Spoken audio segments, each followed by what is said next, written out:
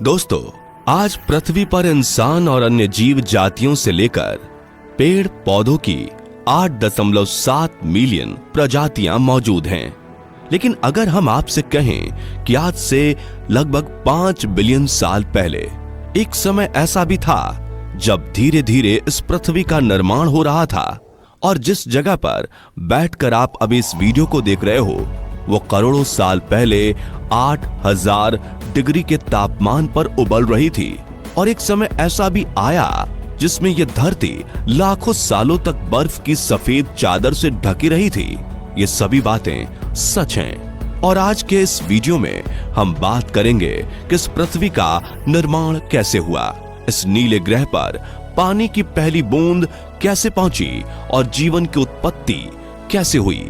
तो चलिए अगले 10 मिनट में तय करते हैं 5 बिलियन ईयर्स का रोमांचक सफर। आज से करीब 500 करोड़ साल पहले हमारे सूरज का निर्माण हुआ था और यह पूरी तरह से स्टार डस्ट से घिरा हुआ था, जिसके कुछ समय बाद आउटर स्पेस में मौजूद कॉस्मिक डस्ट एक दूसरे से जुड़ने लगी, जिससे अंतरिक्ष में छोटे छोटे पत्थरों का निर्माण हुआ। इसी प्रक्रिया से ग्रहों के निर्माण की शुरुआत हो चुकी थी। जी हाँ, ग्रेविटी ने इन स्टोन्स को कई मिलियन सालों तक अपनी ओर खींचा, जिससे पृथ्वी एक गोलाकार स्वरूप में आ गई। वैज्ञानिकों के अनुसार उस वक्त पृथ्वी और मंगल ग्रह के बीच थिया नामक ग्रह सूरज की परिक्रमा करता था। पृथ्वी पर गुरुत्वाकर्षण होने की वजह से सूरज की परिक्रमा करने वाले कुछ एस्ट्रॉयड पृथ्वी की परिक्रमा करने लगे और करोड़ों साल तक ये एस्ट्रॉयड पृथ्वी पर गिरते रहे। ऐसी ही घटना हमारे पड़ोसी ग्रह यानी थिया पर भी हो रही थी, जिस वजह से थिया ग्रह धीरे धीरे पृथ्वी के करीब आने लगा और आकर पृथ्वी से टकरा गया। और ये टकराव इतना भारी था कि पृथ्वी के कुछ हिस्से कणों के रूप में स्पेस में फैल गए और पृथ्वी की परिक्रमा करने लगे। इन्हीं परिक्रमा करने वाले कणों का एक दूसरे से टकराव और जुड़ाव होने लगा, जिससे हमारे चांद का निर्माण हुआ। हालांकि दोस्तों, अभी चांद पृथ्वी से काफी दूर है, लेकिन अपने निर्माण के शुरुआती दौर में चांद पृथ्वी के काफी करीब होकर परिक्रमा करता था। लेकिन समय के साथ ये दूरी बढ़ती चली गई। साथ ही गुरुत्वाकर्षण की वजह से चांद ने भी गोलाकार स्वरूप ले लिया था। ऐसे ही करीब 600 मिलियन साल बीत गए, लेकिन टकराव का सिलसिला अभी खत्म नहीं हुआ था। उस वक्त सोलर सिस्टम में मौजूद उल्कापिंड भारी मात्रा में धरती पर गिरने लगे। ये उल्कापिंड अपने साथ पृथ्वी पर नमक, मिनरल्स और बर्फ के रूप में पानी लेकर आए और करोड़ों सालों तक इन उल्कापिंडों की बारिश से पृथ्वी की सतह पर पानी की भारी मात्रा इकट्ठा हो गई। इस तरह साथियों, पृथ्वी पर पानी की पहली बूंद लाने वाले ये उल्कापिंड ही थे। इस पानी ने पृथ्वी की सतह के तापमान को करीब 70 डिग्री तक कम किया, लेकिन अब भी पृथ्वी का तापमान किसी भी जीव के रहने लायक ठंडा नहीं हुआ था, जिसे धीरे धीरे ये पानी ही ठंडा करने वाला था। आपको ये जानकर हैरानी होगी कि आज हम जिस पानी का इस्तेमाल करते हैं वह करोड़ों साल पुराना है, जो उल्कापिंडों से मिला है। निर्माण की प्रक्रिया के शुरुआती दौर में पृथ्वी की रोटेशन स्पीड भी काफी ज्यादा हुआ करती थी, जो वक्त के साथ धीमी होती गई। पृथ्वी के निर्माण के 700 मिलियन सालों बाद पृथ्वी की ज्यादातर सतह पानी से ढक गई, लेकिन पृथ्वी की कोर से गर्म लावा के निकलने की प्रक्रिया अब भी जारी थी, जो ठंडा होकर जमीन का निर्माण कर रहा था और धीरे धीरे एक दूसरे के साथ जुड़ने लगी और महासागरों के साथ महाद्वीपों का भी निर्माण हुआ। लेकिन अब भी अंतरिक्ष से उल्कापिंडों का गिरना जारी था। जब ये उल्कापिंड समुद्र में गिरे तो उन्होंने पानी में कई तरह के केमिकल्स रिलीज किए, जिससे विभिन्न प्रकार के केमिकल रिएक्शंस हुए और इन्हीं रिएक्शन से जन्म हुआ धरती पर पहले माइक्रोबियल जीव का, जो कि यूनिसेलुलर यानी कि एक कोशिकीय बैक्टीरिया थे। कई मिलियन सालों तक इन बैक्टीरियाज ने अपनी तादाद को बढ़ाया और महासागर के हर कोने में फैल गए। फिर जैसे जैसे सूरज की रोशनी पृथ्वी पर पड़ी तो समुद्र के पानी ने इस सनलाइट को ऑब्जॉर्व किया और अंदर रहने वाले माइक्रो ऑर्गेनिज्म ने धरती पर मौजूद कार्बन डाइऑक्साइड को ऑक्सीजन और ग्लूकोज में तोड़ा, जिससे पूरा समुद्र ऑक्सीजन से भर गया और कई तरह के माइक्रोबियल जीवों का जन्म हुआ। कुछ समय बाद पानी में मौजूद ऑक्सीजन ने ऊपर उठना शुरू किया और एटमॉस्फेयर के निर्माण में भूमिका निभाना शुरू किया। इसी तरह 2 बिलियन साल बीत गए और पृथ्वी पर ऑक्सीजन की मात्रा काफी बढ़ चुकी थी। वहीं दूसरी ओर हमारी पृथ्वी की रोटेशन स्पीड भी कम हुई थी। इस वक्त पृथ्वी पर जीवों के रहने लायक हालात बन चुके थे, लेकिन यहाँ गौर करने वाली बात यह है कि अब तक सिर्फ समुद्र में ही जीवन संभव था। सतह पर तो एक पेड़ पौधा तक नहीं था।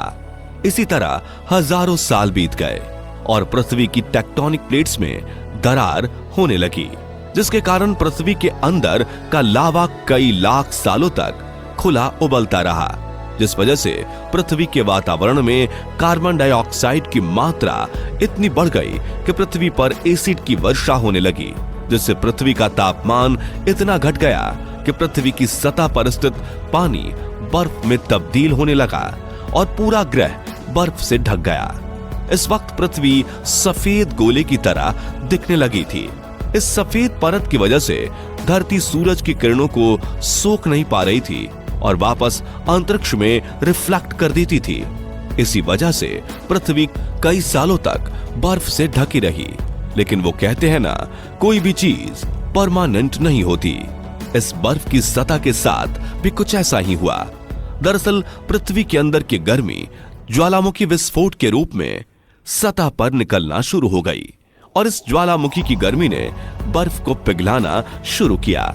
इसी बीच पृथ्वी की गहराई में बचे माइक्रोबियल जीव ऑक्सीजन का इस्तेमाल करके अपने शरीर को बड़ा करना सीख चुके थे।